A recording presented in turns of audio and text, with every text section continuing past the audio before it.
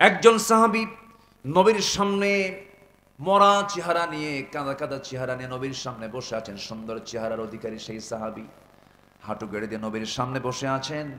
মুখে তার কোনো হাসির কোনো ছাপ নাই।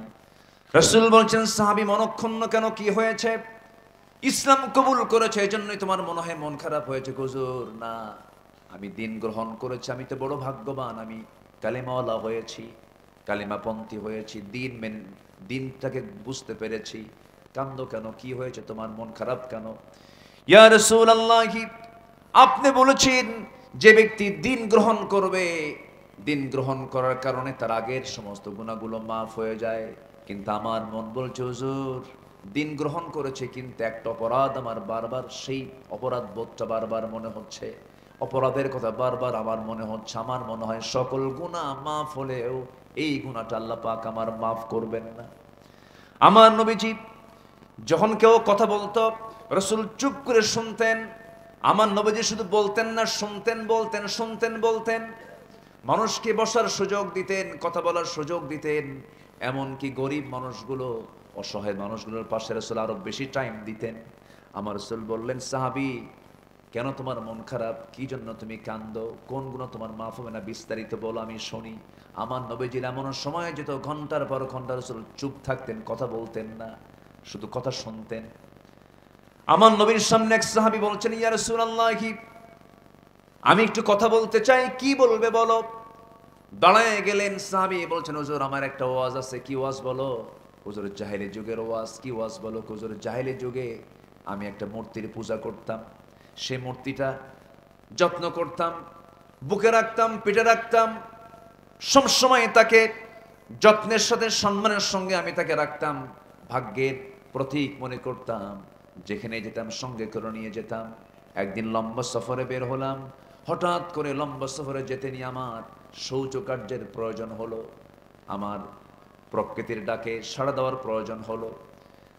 এই দেবতা আমি রাখবো কোথায়, মূর্তি আমি রাখবো কোথায়, এই চিন্তা করে আমি খুঁজলাম ভালো একটা জায়গা কোথায় পাওয়া যায়। উঁচু একটা জায়গায় রাখলাম, টিলাতে রাখলাম, উঁচু টিলার উপরে রেখে আস্তে করে আমি আড়ালে চলে গেলাম। আড়ালে গিয়ে শৌচকার্য কমপ্লিট করলাম। শৌচকার্য কমপ্লিট করে হুজুর এসে দেখি আমার সেই দেবতার আপাদমস্তক মাথা থেকে পা পর্যন্ত ভিজা। ভাবলাম রহমতের পানি, বরকতের পানি, এটা মনে করে আমার জিহ্বা লাগালাম, লেহন করলাম, চাটন দিয়ে দেখি আমতা আমতা পচা পচা গন্ধ, টক টক গন্ধ। আমার নবীজি মুস্কি মুস্কি হাসি দিচ্ছেন আর কথাগুলো শুনতেছেন। আমার নবী জীবনের পরে কি হলো বলো? হুজুর পানি দেখে মনে করলাম বরকতের পানি, কিন্তু না, দেখি কিছুক্ষণ পর চেয়ে থেকে দেখি সামনের দিকে একটা কুকুর লেজ গুটায় গুটায় যায়। ভাবলাম কুত্তাই তো কাম সারছে। আমার নবীজি মুস্কি মুস্কি হাসি মারলেন। সাহাবায়ে কেরাম আওয়াজ দিয়ে আসলেন, ইয়া রাসূলুল্লাহ, এত রাগ আমার ভিতরে জমা হয়ে গেল। সারা জীবন আমি যাকে সম্মান করলাম, ভাগ্যের প্রতীক মনে করলাম, যে দেবতা তার নিজের অস্তিত্বকে রক্ষা করতে পারে না, সেই দেবতা আমার রব হতে পারে না। আমি আমার হাতের মধ্যে এমন একটা আষাঢ় মারলাম, টুকরো টুকরো হয়ে গেল। আপনার কাছে এসে এমন রবের সন্ধান পেলাম যে রব আমার আসমানের মালিক আল্লাহ রাব্বুল আলামিন। জোরে বলে সুবহানাল্লাহ। আমার নবীজি সাহাবীদের কথাগুলো মনোযোগ দিয়ে শুনতেন। ঘন্টার পরে ঘন্টা চলে যেত। আমার নবীজি অনেক সময় চুপ, লম্বা সময় চুপও থাকতেন, কথাগুলো শুনতেন, আবার মাঝে মাঝে বলতেন। তবে আমার নবীজি কথা বলতেন যতটুকু অপ্রয়োজনীয় প্রয়োজনীয়। তো যাই হোক, আমরা বসতে পেরেছি এমন জান্নাতের টুকরায় যেখানে বসলে শুধু সওয়াবই হয়, গুনাহ হওয়ার কোনো সুযোগ নাই। এখানে কি গুনাহ হওয়ার কোনো সুযোগ আছে? বলি আলহামদুলিল্লাহ, জোরে বলি আলহামদুলিল্লাহ, চিৎকার মেরে বলছি আল্লাহুম্মা ইন্নী আসআলুকা আল হুদা ওয়াত তুকা ওয়াল আফাফা ওয়াল গিনা। সবাই বলি আল্লাহুম্মা আইন্নি আলা যিকরিকা ওয়া শুকরিকা ওয়া হুসনি ইবাদাতিকা ইবাদাতিকা। আমরা আল্লাহ তাআলার শুকর আদায় করে নিলাম। সম্মানিত ভাই সব, আমার পূর্বে যিনি কথা বলেছেন, খুবই ক্লোজ আমরা, অত্যন্ত বিনয়ী মানুষ, আমার ছোট মামার বন্ধু, সেই হিসেবে উনি আমাকে ভাগিনা বা মামা বলে সম্বোধন করেন, আমি তাকে মামা বলে ডাকি। আন্তরিক মানুষ। প্রত্যেকটি কথাগুলো ছিল মুক্তাখচিত কথা, অত্যন্ত চমকপ্রদ এবং ভারসাম্যপূর্ণ, হৃদয়গ্রাহী, অত্যন্ত সামাজিক প্রেক্ষাপটকে সামনে রেখে বেশ কিছু গুরুত্বপূর্ণ কথা তিনি উপস্থাপন করেছেন। আমি শেষ ক্লাসে এসে এই বৈরী আবহাওয়ার মাঝে আপনাদের কিছু কষ্ট আমি দিতে চাচ্ছি।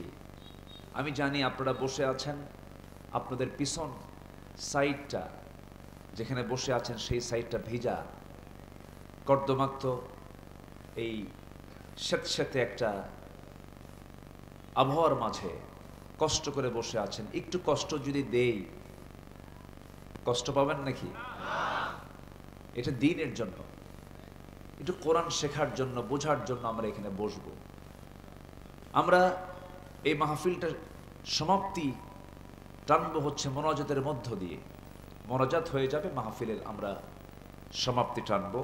আল্লাহ রাব্বুল আলামিন মাহফিলের শেষ অবধি, শেষ তক সবাইকে ধৈর্য সহকারে, মনোযোগ সহকারে থাকার তৌফিক দান করুন।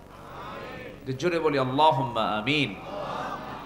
আমরা যে কিতাবকে নিয়ে আজকে বসেছি, যে কিতাবের আজকে আলোচনা, তাফসীরুল কোরআন মাহফিল, এক্সপ্লেন অফ দি হলি কোরআন।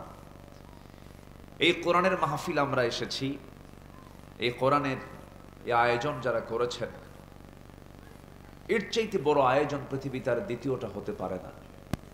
সবচেয়ে বড় আয়োজন হলো কোরআনের আয়োজন, সবচেয়ে বড় উৎসব হলো কোরআনের উৎসব। এর চাইতে শ্রেষ্ঠ উৎসব পৃথিবীতে দ্বিতীয়টা নাই। এই উৎসবে আমরা হাজির হতে পেরেছি, আমরাও ভাগ্যবান, আমরা বড় ভাগ্যবান। সবাই কোরআনওয়ালা হতে পারে না, সবাই কোরআনের দল করতে পারে না, সবাই ইসলামকে ধারণ করতে পারে না, ইসলামী দল সবাই করতে পারে না, মুমিনদের অন্তর্ভুক্ত সবাই হতে পারে না। এটার জন্য তকদির লাগে, হেদায়েত লাগে। হেদায়েতের চাবি কার হাতে? আসতে বলবেন না, কার হাতে? আসুন আমরা আল্লাহর কাছে একটু হেদায়েত চাই, যেটা আমরা নামাজে সব সময় পড়ি। আল্লাহ রাব্বুল আলামিন বলেন, সবাই আমার সঙ্গে ঠোঁট মিলিয়ে বলুন, ইয়্যাকা না'বুদু ওয়া ইয়্যাকা নাস্তাঈন ইহদিনাস সিরাতাল মুস্তাকিম সিরাতাল লাযীনা আন'আমতা আলাইহিম গায়রিল মাগদুবি আলাইহিম ওয়ালাদ-দাল্লিন।